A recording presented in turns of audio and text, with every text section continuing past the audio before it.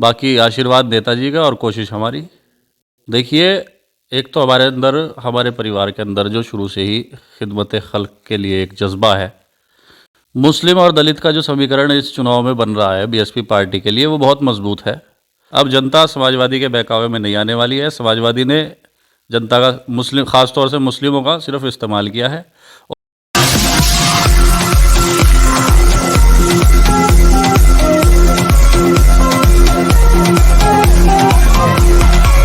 आज हम बात कर रहे हैं रामपुर मनियारान में एक ऐसे नौजवान लीडर से जो बहुत कम वक्त में उन्होंने काफ़ी मकबूलियत हासिल कर ली है। वो बहुजन समाज पार्टी के नौजवान लीडर हैं और रामपुर मनियारान नगर पंचायत अध्यक्ष पद चुनाव में संभावित प्रत्याशी हैं। आपका स्वागत है काजी बासित साहब। जी बहुत बहुत शुक्रिया, आप आए, आपका भी खैर मकदम है। अभी चुनाव तो नहीं हो रहे, निकाय चुनाव टल चुके हैं, माना जा रहा है अप्रैल या मई में होंगे। इतने आपने क्या तैयारी की है? देखिए, मैं बराबर जनता के बीच में बना हुआ हूँ।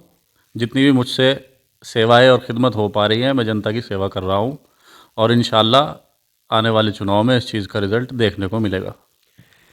पहले बहुजन समाज पार्टी से कई संभावित प्रत्याशी थे, लेकिन अब उनमें से कई ने समाजवादी पार्टी का दामन थाम लिया है। ऐसे में आपकी राह काफ़ी आसान हो गई है। तो बासित साहब, इसे आप किस तरह देखते हैं?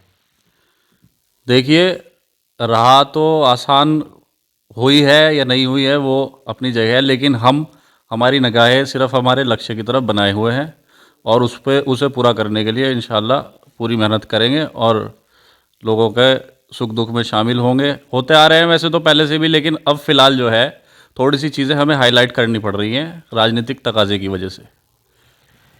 आप ऐसे में अपने टिकट को लेकर कितने आश्वस्त हैं कि बहुजन समाज पार्टी आपको चुनावी मैदान में उतारेगी? देखिए, अब तो आरक्षण की सूची दोबारा तैयार होगी, लेकिन पिछले आरक्षण के हिसाब से जो अभी आरक्षण आया था उसमें सीट सामान्य थी और सामान्य कैटेगरी का ही दावेदार मैदान में उतरेगा बीएसपी पार्टी की तरफ से।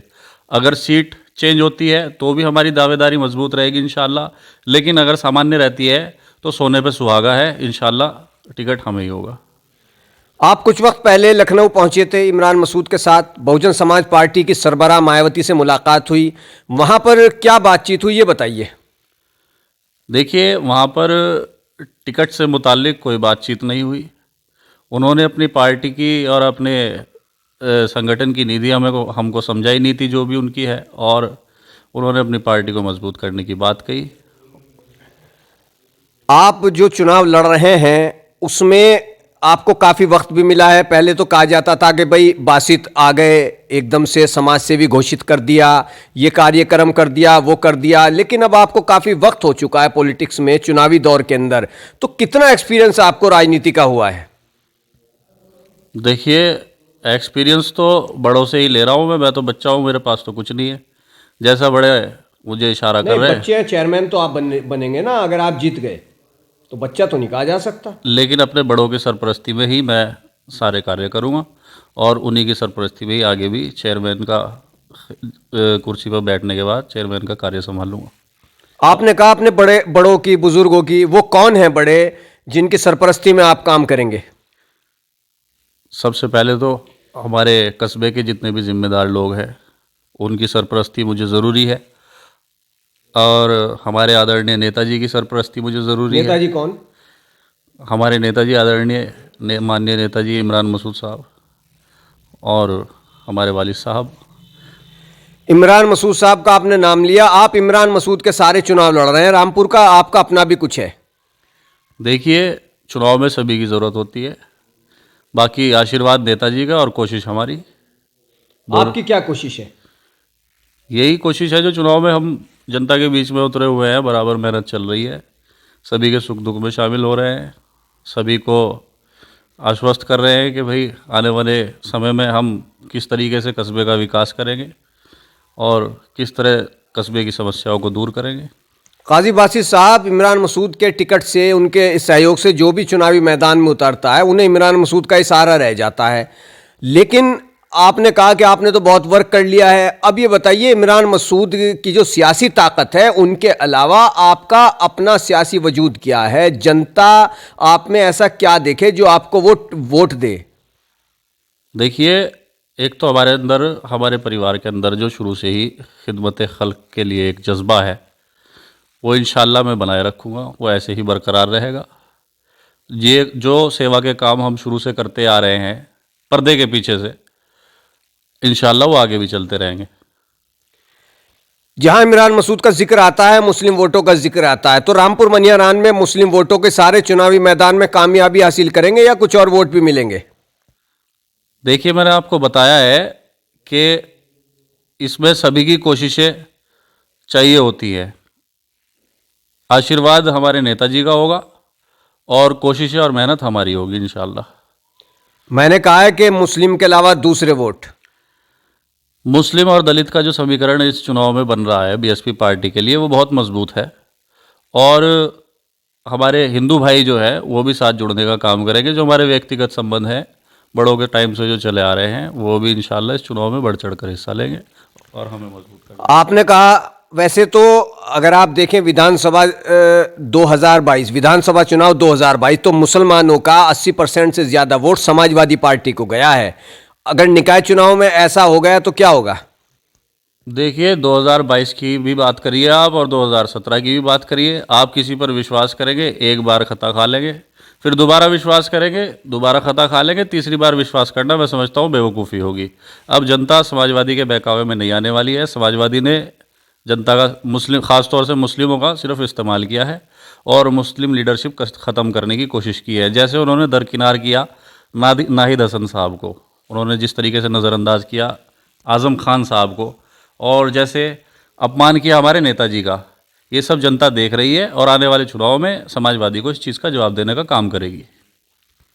आपने कहा कि अखिलेश यादव ने इमरान मसूद का अपमान किया, आज़म खान का भी कर रहे हैं। अब इमरान मसूद तो बसपा में चले गए, लेकिन आज़म खान समाजवादी पार्टी में क्यों बने हुए हैं? उनको भी बसपा में जाना चाहिए या कोशिश नहीं हो रही पार्टी की तरफ से? देखिए, अभी तो सिर्फ शुरुआत है और रही बात आज़म खान बसपा में क्यों नहीं आ रहे हैं, ये चीज़ तो आज़म खान जाने, लेकिन आने वाले समय में आपको ये देखने को मिलेगा कि कितने नेता जो हैं समाजवादी छोड़कर बसपा का दामन थामने का काम करेंगे। रामपुर मनियारान में कई दिग्गज नेता हैं जिन्हें सियासी तजुर्बा भी है, वोट बैंक भी है उनका। ऐसे में आप उनका मुकाबला कैसे कर पाएंगे? देखिए, मेरा मुकाबला तो बदहाली से है, मेरा मुकाबला किसी नेता से नहीं है। ये सब मेरा परिवार है, ये कस्बे के लोग सब मेरा एक परिवार है। रामपुर मनियारान में बदहाली कहाँ है? सड़कें भी हैं, बिजली भी है, सब कुछ तो है, और क्या बदहाली देखते हैं आप? आप सड़कों की व्यवस्था देख लीजिए, सड़कें तो सब जगह होती है, उनकी व्यवस्था की बात की जाए तो सड़कें बदहाल हैं। कुछ एरिया ऐसा है जहाँ पर बरसात में पानी भरता है, और बिजली के तार, मैं आपको इस्लाम नगर रोड की बात बताऊं, जिस साइड हमारा गोदाम है, एक खंबे की स्थिति ऐसे है और एक खंबे की स्थिति ऐसे है, ऐसे रोका हुआ है खंबा। इस तरह के जुगाड़बाजी चल रही है कस्बे में, तो मैं इन चीज़ों को बारीकी से देखने का काम करूँगा। नहीं, जो काम आप बता रहे हैं, बिजली के तार हैं या कुछ और है, ये तो आप बगैर चेयरमैन बने भी क्या करा सकते थे, तो इसके लिए क्या चेयरमैन ही लड़ रहे हैं? बगैर चेयरमैन बने भी जितना कुछ हम करा सकते थे हमने कराया, लेकिन फ़िलहाल कस्बे को बहुत सारे विकास की ज़रूरत है, कस्बे को बारात घर की ज़रूरत है, वो हम बिना चेयरमैन बने नहीं बना सकते नगर पंचायत की तरफ से। कस्बे को पार्क की ज़रूरत है, वो बिना चेयरमैन बने हम नहीं बना सकते नगर पंचायत की तरफ से। तो इसी तरह के बहुत सारे कार्य हैं जो हम चेयरमैन बनकर ही कार्यों को अंजाम दे सकते हैं। हम रामपुर में घूमते हैं, देखते हैं, जनता को सुनते हैं। जनता ये कहती है कि काजी बासित अचानक से आते हैं, खुद को समाज सेवी घोषित कर देते हैं, बहुजन समाज पार्टी के टिकट पाने वालों में भी मुख्य रूप से शामिल हो जाते हैं, लेकिन उनके पास अपना ऐसा क्या है कि हम उन पर यकीन करें और उनको टिकट दें, उनको वोट दें और वोट देकर चेयरमैन बनाएं, तो क्या वो हमारे उम्मीदों पर खरा उतरेंगे? ये जो बात आपने कही है कि कुछ लोग कहते हैं कि अचानक से आते हैं, वो कुछ लोग जो है वो मेरे प्रतिद्वंदियों के पक्षधार हैं, उनके परिवार के लोग हैं। आप अगर आम जनता की बात करें तो आम जनता की ही ये आवाज़ है कि काजी बासित साहब आप चुनाव लड़िए, हम आपके पूरी तरह से समर्थन में है। क्योंकि हमने कस्बे की जनरल मीटिंग बुलाई गई थी, जब मैं चुनाव में खड़ा होने की मैंने घोषणा करी, तो उसमें से 99.9% लोगों की हाँ थी कि आप चुनाव लड़िए, हम कंधे से कंधा मिलाकर आपके साथ चलने का काम करेंगे। जो कस्बे की आवाज़ है, जो लोगों की, बुज़ुर्गों की, जनता की आवाज़ है, वो यही है कि मैं चुनाव लड़ूं और उनकी आगे चल के खिदमत करूं। अगर बहुजन समाज पार्टी ने आपको टिकट नहीं दिया तो निर्दलीय चुनाव लड़ोगे? देखिए, मैंने आपको कहा था कि नेताजी का और पार्टी का जो भी निर्णय होगा वो सर्वोपरि होगा। इंशाल्लाह मैं अच्छे निर्णय की कामना करता हूं और उम्मीद है कि चुनाव में मुझी को उतारा जाएगा। अगर नहीं टिकट मिला तो क्या करेंगे? अगर नहीं टिकट मिला तो उस टाइम पे भी मैं कोशिश करूंगा कि जनता की खिदमत कर सकूं। जितना मुझसे होगा उतनी खिदमत करूंगा। ज़रूरी नहीं है कि भाई चेयरमैन बन के ही खिदमत हो। हाँ, बस जो सोच रहा था उस पर फ़िलहाल कॉमा लगेगा, फुल स्टॉप नहीं लगेगा। इंशाल्लाह दोबारा कोशिश करें।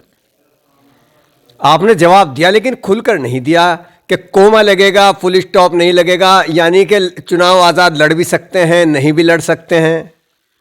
देखिए, नेताजी का जो भी फैसला होगा वो सर्वोपरि होगा। इंशाल्लाह पार्टी का जो भी फैसला होगा वो सर्वोपरि होगा। पार्टी अगर टिकट देती है तो मैं चुनाव पार्टी के सिंबल से लड़ूंगा, और अगर खुदा न खास्ता मौका नहीं मिलता तो कॉमा लगेगा, फुल स्टॉप नहीं लगेगा इंशाल्लाह। कोमा में क्या है, रुक जाएंगे? कोमा में ठहर के, कोमा का मतलब है कि भाई ठहर के सोचेंगे, विचार करेंगे और अपने नेताजी से मशवरा करेंगे। आपका मतलब यह है कोमा का कि अगर आपको चुनावी मैदान में बाय चांस टिकट नहीं मिला, क्योंकि दूसरे दावेदार भी हैं, पार्टी ने उनको टिकट दे दिया, तो आप 5 साल चुनाव नहीं लड़ने के इस योजना में अगली योजना के लिए तैयारी करेंगे शायद? जी बिल्कुल, नेताजी का जो भी निर्णय होगा वो सर्वोपरि होगा। जिसको भी वो चुनेंगे, मुझे चुने या जिसको भी चुने, उसे मजबूती से चुनाव लड़ाया जाएगा और इंशाल्लाह फिर कोशिश करेंगे। आपने घुमा दिया है, शायद आपके मन में कोई ऐसी बात है जो आप कहना नहीं चाह रहे हैं, लेकिन जो बात ऊपर तक जा रही है और लोग समझ भी रहे हैं कि आप क्या कहना चाह रहे हैं। चलिए खैर, अब ये बताइए कि रामपुर मनियारान में क्या विकास कराएंगे? वही पुराने सवाल जो हम करते हैं, क्या आपके मन में क्या बात है? देखिए, इस बार कुछ नया करने का सोच रहा हूँ। जैसे देखता हूँ आसपास के कस्बों में निकलते बढ़ते, सहारनपुर भी जाना होता है, तो बहुत सी चीज़ें होती है जो दिल लुभा लेती हैं। आप अगर सौंदर्यकरण की बात करेंगे, कहीं पे घोड़े बन रहे हैं चौराहों पर, कहीं पर आई लव सहारनपुर लिखा है, आई लव ये लिखा है, तो अच्छी सी लोकेशन देखकर इस चीज़ की स्थापना होगी चौराहों पर, और कस्बे का सौंदर्यकरण कराया जाएगा। विकास कार्य तो अपने है ही, वो साथ साथ चलते ही रहेंगे इंशाल्लाह। पूर्व में भी कई चेयरमैन ने बहुत विकास कार्य कराए हैं, आपकी नज़र में क्या उन्होंने कुछ नहीं कराया? विकास कार्य तो आप अगर सड़क बना देंगे, सड़क तो आम सी ही बात है, आप गाँवों में भी देख लीजिए, सड़कें तो वहाँ की भी बनी है। इससे ज़्यादा कोई विकास मुझे नज़र नहीं आता कस्बे में। काजी बासित साहब, आप विकास कहते किसे हैं? विकास का मतलब है कि भाई यहाँ के लोगों को रोज़गार मिले। विकास का मतलब है कि बाहर के लोग यहाँ आना पसंद करें। विकास का मतलब मैं समझता हूँ कि कस्बे के पास अपना एक नगर पंचायत का बारात घर हो, अपना ही एक खुद का पार्क हो, अपना ही अब लोगों को सुविधा मिले, यहाँ फैक्ट्रियाँ हो, शुगर मिल हो। इस तरह की चीज़ों को मैं दिमाग में रखकर आगे चलने का काम करूँगा। तो ये थे हमारे साथ नौजवान नेता बहुजन समाज पार्टी के काजी बासित, जिन्होंने काफ़ी सवालों के बहुत अच्छे अंदाज में जवाब दिए। हालांकि 1-2 सवाल के इन्होंने गोलमोल करके जवाब दिए, उसे जनता खुद जानेगी कि ये आखिर कहना क्या चाहते हैं। तो जुड़े रहिए हमारे साथ, कीजिए चैनल को सब्सक्राइब। धन्यवाद।